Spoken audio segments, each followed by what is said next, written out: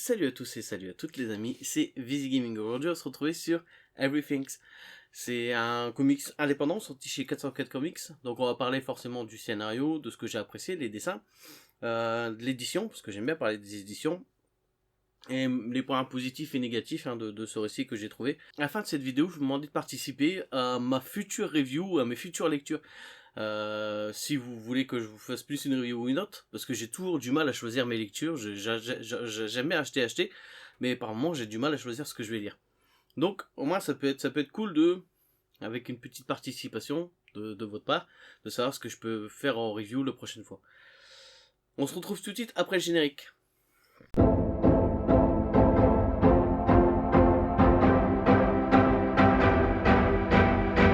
Donc Everything, c'est quoi? C'est un comics, comme je vous disais, indépendant, sorti chez 404 Comics. D'ailleurs, à l'arrière, vous pouvez voir, hein, il y a des petits mots d'auteur comme Jeff Lemire, le grand Jeff Lemire, on va dire, qui dit c'est un livre débordant d'énergie et d'inventivité. Sur le petit bordeaux que je viens d'enlever, juste avant, ils font référence entre la série Twin Peaks et The Leftovers. C'est deux séries que j'ai pas vues. Twin Peaks, ça pouvait m'intéresser. Et j'ai jamais regardé, en fait. Il faut le temps, j'ai pas eu le temps de regarder ça. Donc je pars vraiment sur un a priori neutre. Je connaissais rien spécialement à ça, et c'est sans rien connaître à tout ça que j'ai commencé à plonger dans cette histoire. Et ça peut paraître une histoire un peu complexe. C'est vrai que pour un jeune lecteur, c'est un peu compliqué. Ça peut paraître compliqué. C'est pas que ce soit les dialogues sont compliqués de ça, mais la narration, ce qui va se passer, comment ça va se diluer le storytelling dans les cases, tout ça. Mais pourtant, j'ai vraiment aimé Everything. Donc déjà, Everything, c'est quoi? Donc Everything, ça veut dire tout. Enfin, c'est en anglais, ça veut dire tout, mais c'est le magasin qui s'appelle aussi tout. C'est un grand magasin qui arrive dans une ville un peu perdue, un peu paumée. Et ils vont ouvrir un magasin qui s'appelle Everything. Donc tout. Vous voyez sur cette double page, le magasin est assez grand, tout ça. Et à Everything, on y trouve tout, mais vraiment de tout. C'est-à-dire que si on cherche de la hi-fi, si on cherche du vêtement, si on cherche n'importe quoi, on le trouvera son bonheur dans Everything. En termes de dessin, je trouve que ça fait vachement penser à Steve Dillon, ce regretté Steve Dillon, avec lequel je l'ai découvert, moi surtout avec du Garth Ennis dans les Punisher ou dans Hellraiser par exemple. Le style de dessin que moi je trouve vraiment appréciable et qualitatif, j'aime bien ce style de dessin, pourra peut-être choquer par moments des plus jeunes lecteurs, parce que par moments c'est les visages sont un peu déformés, le trait n'est pas toujours précis, pas toujours très net.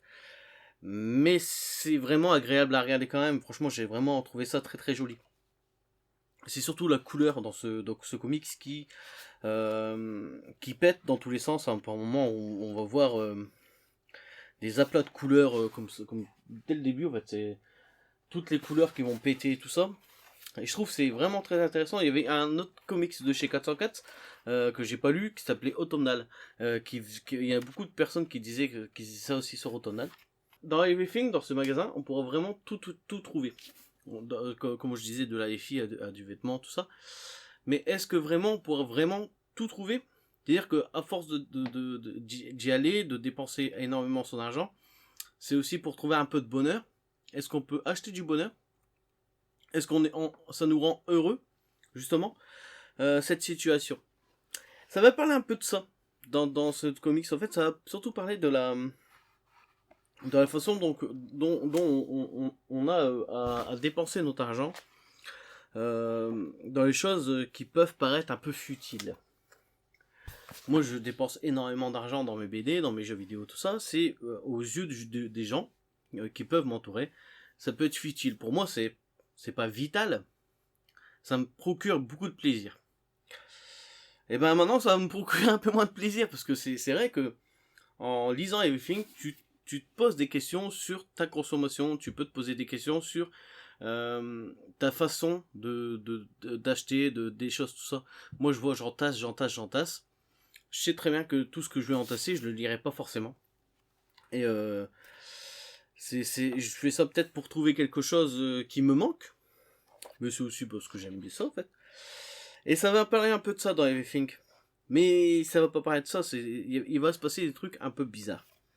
C'est-à-dire que il y a des gens qui travaillent dans ce magasin qui ont un peu l'air bizarre, pas avec des grands sourires. En fait, ils vont faire des grands sourires à tous les gens. Ils veulent absolument que tous les gens qui viennent à Everything soient heureux. C'est les personnes que je vous dis avec les grands sourires, tout ça, qui vont nous accueillir comme ça dans le magasin. Et vraiment, ils veulent vraiment nous mettre à l'aise dans ce magasin et nous rendre vraiment heureux. En parallèle de ce magasin, dès le début qu'ils se sont implantés, tout ça, il va se passer des choses un peu bizarres. C'est-à-dire que, sans trop vous spoiler, il y a des gens qui vont être un peu moins à l'aise, un peu moins en bien avec eux-mêmes. Il va carrément avoir quelqu'un qui va subir une... ça c'est dès le début du récit, donc c'est pas forcément un spoil, une combustion spontanée. C'est-à-dire qu'il va prendre feu. En fait, il y a quelqu'un qui va sortir du magasin, qui va voir une personne en feu. On sait pas si, dès le début, on va pas savoir si on lui a mis feu, si c'est mis feu tout seul, tout ça. On va le savoir. En fait, ça va poser beaucoup de questions. Il y a des choses un peu bizarres qui vont se passer dans ce comics. C'est pour ça qu'il faut aussi le parallèle avec Twin Peaks, je pense. Parce que Twin Peaks, j'ai toujours entendu que c'était chelou. Il va se passer beaucoup de choses. Mais on aura forcément une réponse quasiment à toutes nos questions dans ce comics. Il y a des trucs un peu détournés. Il y a des réponses faciles en fait. Il y a des réponses très très faciles. Ils me disent bah c'est comme ça en fait. Genre c'est à cause de ça, ou c'est à cause j'ai trouvé ça un peu facile. Mais en globalité, en général, il se passe vraiment des trucs vraiment très très cool. Par exemple, on va suivre une paire de personnes. Donc on va suivre cette jeune femme qui est un peu paumée dans sa vie, qui est souvent seule, elle n'a pas forcément d'amis. Et la ramener et se ramener dans Everything, dans le magasin Tout, va lui procurer forcément du bonheur, parce qu'elle va forcément trouver beaucoup plus de choses, mais aussi elle va trouver des vendeurs, une vendeuse surtout, avec qui elle va pouvoir parler, avec qui elle va se faire une amie. Et ça va aller beaucoup mieux dans sa vie. Elle va même y travailler dans ce magasin. On va voir aussi un autre personnage qui, lui, va enquêter un peu autour de ce magasin parce qu'il trouve qu'il y a des choses un peu bizarres. Donc c'est de prendre des sons, tout ça. Depuis l'implantation du magasin, il y a beaucoup de choses qui ont changé dans le périmètre, voire dans toute la ville. Il y a cette vendeuse qui va devenir l'amie de la femme à lunettes qu'on a vu juste avant, et cet homme qui va tomber un peu amoureuse de cette vendeuse dès le début, et qui est marié, qui va se passer des choses pas très nettes. Un léger spoil, léger, parce que ça on le voit dès le début, après on n'en parle plus. Cet homme va rentrer chez lui. Sa femme est quasiment sur le point de partir. Ses filles sont malades, mais sa femme préfère partir de chez lui pour aller au magasin. Mais ses enfants sont très malades, genre ils ont 39, 42 fièvres. Et comme pour lui et pour elle, leur but c'est de partir du magasin. Ils veulent aller au magasin, forcément. Donc on se pose des questions dès le début sur ça, sur pourquoi forcément aller trouver ça, tout ça. Et on peut se poser beaucoup de questions. C'est vraiment très cool. Bien sûr, derrière tout ça, on va avoir on va dire une organisation, peut-être qu'il se passe des choses, peut-être que Everything n'est pas tout blanc, tout rose, peut-être que dans ce magasin qu'on va forcément tout trouver, il y a peut-être des choses un peu plus sombres qui vont s'y passer. C'est un comics qui réunit, en fait, c'est dans l'édition française, ça réunit les deux comics qui sont sortis aux États-Unis. Donc le l'auteur et le dessinateur, c'est Christophe Campbell et I.N.G. Kulbar. Je les connais absolument pas, c'est la première fois que je lis quelque chose d'eux. Et je trouvais qu'en termes de narration, justement, c'était assez soutenu. En fait, c'est ça que je disais au début, que c'est pas à mettre entre toutes les mains, parce que je trouve que vraiment, ça peut paraître un peu chiant. Ça ne l'est pas du tout. C'est vraiment très très cool. Ça peut paraître un peu moche, et pas du tout. J'adore, je trouve ça vraiment très très joli. En termes d'édition, 404 nous propose encore un dos, enfin une couverture un peu toilée, tout ça, avec des chapitres chapitrés, tout ça, avec de l'éditorial avant, à la fin des bonus, des pages assez grosses. D'ailleurs, ils ont même mis le grammage des pages. Au début, sur un papier en bois de 140 grammes et d'une main de 1,25. Je trouve que 404, leurs éditions, elles sont vraiment nickel, parfaites. Ce qui manquerait, c'est peut-être un petit liseré sur un petit bout de tissu pour mettre à l'emplacement comme marque-copage, mais c'est vraiment très très très cool. C'est une édition forcée qui est collée, qui est cousue. Collée ou cousue? Non, c'est une édition collée. Donc c'est pas cousu. Mais ça en reste, ça reste quand même vachement qualitatif hein, comme édition. C'est un peu plus grand qu'un comic standard. C'est assez épais. Et c'est pour le prix de 25 euros quoi. Franchement, je trouve que 404 sur leur qualité de production et sur ce qu'ils proposent, je trouve que c'est vraiment, vraiment très très cool. C'est vraiment très bien. Donc moi, pour les points positifs que je vais y mettre, c'est que vraiment l'histoire, elle est même si elle est un peu complexe à suivre au début, au début, c'est tellement what the fuck, tu te dis purée, dans quoi je m'engage. Et on a vite quand même des réponses. On y arrive quand même à avoir assez vite des réponses. Et le récit il nous pose vraiment beaucoup de thématiques. Et on avance, on s'attache à certains persos et à ces différents protagonistes. Ce que j'ai un peu moins aimé, c'est que par moments, ils vont retrouver des petites pirouettes scénaristiques. Genre, je peux pas vous spoiler, mais c'est parce que ça vient de ça, ou je peux vraiment pas déployer mon propos là-dessus parce que ce serait vraiment trop vous spoiler. Mais en tout cas, en globalité, je trouve que c'est vraiment une très très bonne série. Franchement, ce comics, je l'ai lu quasiment d'une traite. Pourtant, c'est assez gros. Hein. Il y a au moins 300 et des pages là-dedans. Hein. J'ai pas marqué de. Ça, j'ai pas marqué. Sauf que c'est un comics assez épais. Mais pourtant, je l'ai quasiment lu d'une traite. Quoi. Je l'ai peut-être posé une fois. En termes de bonus, on a quand même beaucoup de bonus. On a toutes les couvertures, tout ça.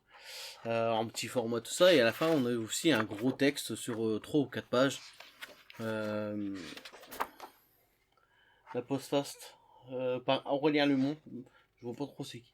Mais vraiment beaucoup de textes à la fin.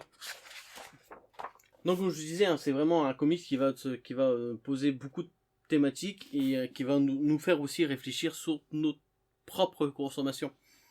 Et ça c'est vraiment un truc cool que si un média arrive à te poser, à te mettre en face de certains de tes défauts, je trouve ça vraiment très intéressant. Je vais pas en dire plus parce que vraiment j'ai pas envie de vous spoiler parce que c'est une œuvre vraiment à posséder parce que rien que pour l'objet déjà c'est magnifique. 25 euros, je trouve que c'est pas trop excessif, je trouve que c'est pas super cher en fait. Et c'est du 404, franchement c'est nickel, vraiment parfait. Donc si vous voulez pas participer à ma prochaine vidéo, vous pouvez partir de là. Maintenant je vais vous poser une question. J'ai du mal à choisir mes lectures et comme je vous disais, j'aimerais avoir un peu d'aide. Si vous voulez une des reviews que je vous proposais, je vous les propose tout de suite et on voit ce qui en sortira. Donc on va partir sur 4 trucs à chaque fois. À chaque fois, je vous proposerai entre 2 ou 4 trucs. J'ai des comics indépendants, j'ai du comics héroïque, J'ai de la BD indépendante et j'ai aussi un nouveau format que je voulais tester chez Panini. Donc, je me suis pris ça chez Panini. J'ai pas trop lu de Star Wars, j'ai lu un peu de Solar, mais j'en ai une vague idée parce qu'il y avait certains trucs qui étaient pas très bons. Là, je me suis pris ce comics-là juste pour voir leurs nouvelles éditions chez Panini, hein, bien sûr. Ça me paraissait pas trop cher pour ce que ça paraissait, 26. Ça me permettra aussi de lire, ça va me permettre aussi de lire du Star Wars, de lire un peu de comics Star Wars. Donc, est-ce que je vous fais une petite review sur ça? Est-ce que ça peut vous intéresser? Ou, donc, Carbone et Silicium de Mathieu Bablé. Je n'ai pas lu. Est-ce que ça vous intéresse que je vous fasse une review? Par contre, cette édition, elle est juste fabuleuse, je trouve. Hein. C'est plus gros, c'est vachement plus grand.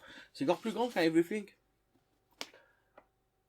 C'est aussi un. Là, c'est un dos toilé. C'est vraiment très beau. Pour le prix, 22,90 €. C'est magnifique.